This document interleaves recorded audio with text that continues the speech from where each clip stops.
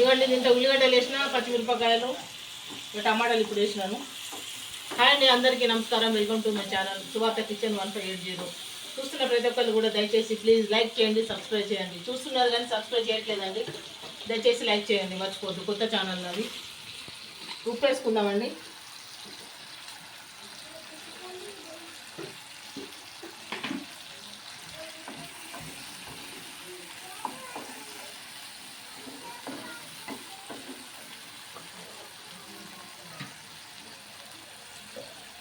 కొంచెం మంట సిమ్లో పెట్టేసి టమాటా చూద్దామండి. టమాటా మెత్తగా కావాలి. ఇది టమాటా మెత్తగా అయినాక వేసుకుందాం చామదుంపలు. ఇవ్వండి నువ్వులు, ఇవి వేపి పెట్టుకున్నాను. ఫస్ట్ వేపిన నువ్వులు వేసుకుందాం దీంట్లో. చామదుంపల కర్రీలో పులుసులా బాగుంటుంది. నువ్వులు వేపి పెట్టుకున్నాను. ఇవి దంచాలండి, దంచుతాము. ఈ టమాటా మెత్తగా కానిద్దామండి. మెత్తగా అయిన తర్వాత చామదుంపలు వేద్దాము. మెంతిపొడి వేద్దామండి, ఎందుకంటే మనం పులుసు పోస్తున్నాం కదా, దీంట్లో మెంతిపొడి వేస్తే బాగుంటుంది, టేస్ట్ బాగుంటుంది. మెంతిపొడి కంపల్సరీ వేయాలా. కొంచెం జీలకర్ర పొడి,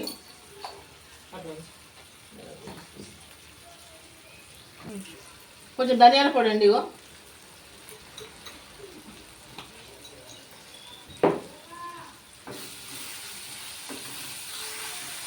మంచి స్మెల్ వస్తుందండి. మెంతిపొడి వేసినాం కదా, మెంతిపొడితో మంచి సువాసన వస్తుంటుంది. ఈ స్టేజ్లో మనం పసుపు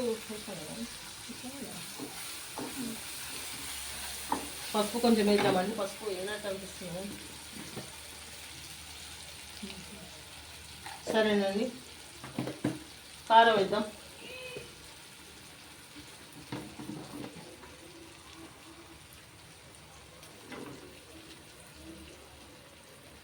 ఇవ్వండి, 1 టీ స్పూన్ కంటే కొంచెం ఎక్కువ, పులుపు పోస్తాం కాబట్టి పడుతుంది అంత కారం. ఈ కారం కూడా కొంచెం నూనె వేసుకుందాం. ఇట్లా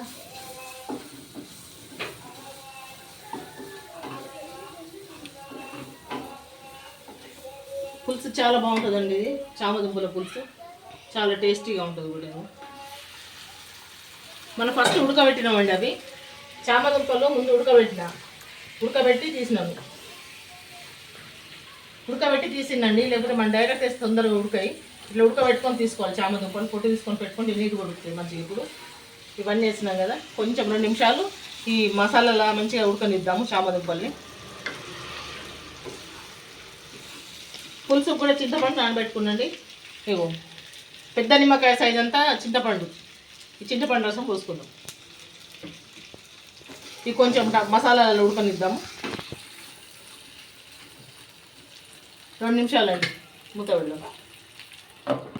నువ్వులు దంచుతున్నానండి చిన్న రోట్ల. కొన్ని నీళ్ళు పోద్దామండి. ఇది అడగంటే రట్టున్నది, కొన్ని నీళ్ళు పోసినాను. ఇప్పుడు ఉడకనిద్దాము. అడగంట వద్దండి, కూర అడగంటితే బాగోదు, టేస్ట్ బాగోదు. కొంచెం ఉడకనిద్దాం. ఇది నేను ఈలోపు నువ్వులు దంచేసుకుంటానండి. ఇవ్వండి, నువ్వుల పొడి వేసుకుందాము. ఇవ్వండి, నువ్వుల పొడి వేసుకుంటే టేస్ట్ బాగుంటుంది, గ్రేవీ చిక్కగా కూడా వస్తుందండి.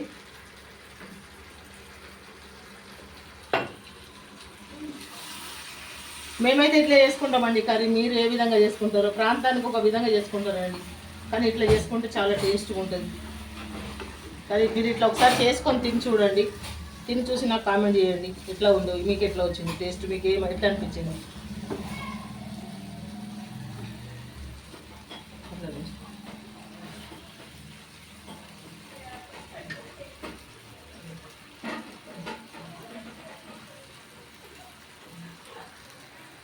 చింతపండు రసం పోసుకుందామండి. ఇగో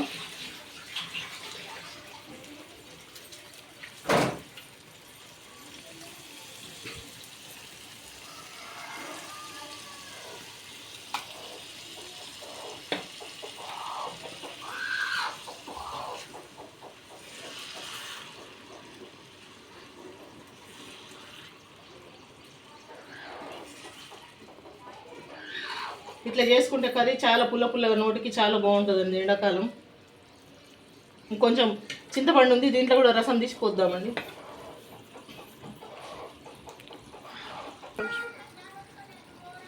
దీంట్లో ఎగ్ కూడా ఉడకబెట్టుకొని వేసుకోవచ్చు అండి, బాగుంటుంది. అయితే నాకు ఆలోచన రాలేదు, ఎగ్స్ చేద్దామని ఆలోచన రాలేదు కాబట్టి నేను చేయలేదు, ఉడకబెట్టలేదు. ఎగ్స్ కూడా వేసుకోవచ్చు, బాగుంటుంది ఉడకబెట్టుకొని వేసుకుంటే.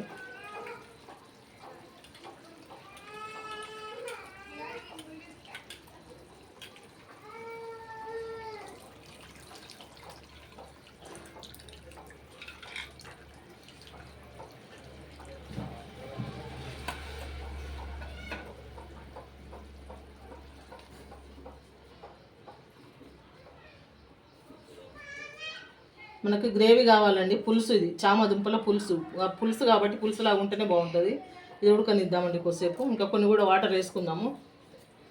మనం ఉడికేసరికంటే ఇంకా కొంచెం దగ్గరికి అవుతుంది కదా, మనకు ఈ స్టేజ్లో ఉండాలండి కర్రీ, అయితే బాగుంటుంది. ఉడికేసరికంటే ఇంకా దగ్గరకు వచ్చేస్తుంది కాబట్టి కొంచెం నీళ్ళు పోసినాను.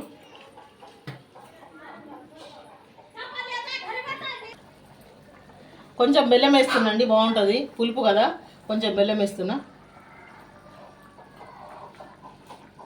టేస్ట్ బాగుంటుందండి, చూడండి మీరు ఒకసారి వేసి, చాలా బాగుంటుంది.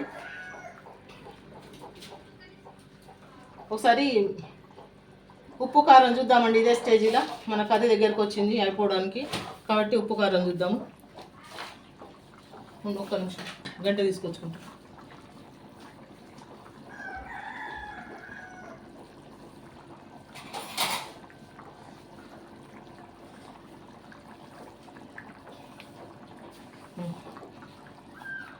చూద్దామండి స్టేజ్లో ఉప్పు కారం.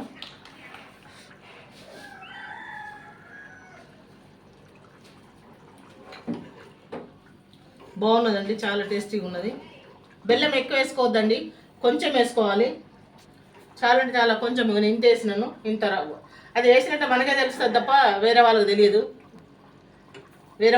కాబట్టి కొంచెం వేయాలి, ఎక్కువ వేయొద్దు. మళ్ళీ ఎక్కువ వేస్తే కూడా బాగుండదు కర్రీ. కొంచెం అంటే కొంచెం రవ్వ అంత వేసుకోవాలి. ఎక్కువ పులుపు ఇష్టపడే వాళ్ళైతే వేసుకోవద్దు, కానీ కొంచెం వేసుకుంటే ఆ టేస్ట్ ఇంకా చాలా బాగుంటుందండి. మీరు వేసుకొని చూడండి. దయచేసి చూస్తున్న ప్రతి ఒక్కళ్ళు కూడా లైక్ చేయండి, సబ్స్క్రైబ్ చేయండి. మళ్ళీ నెక్స్ట్ వీడియోలో కలుసుకుందాం. ఉంటానండి.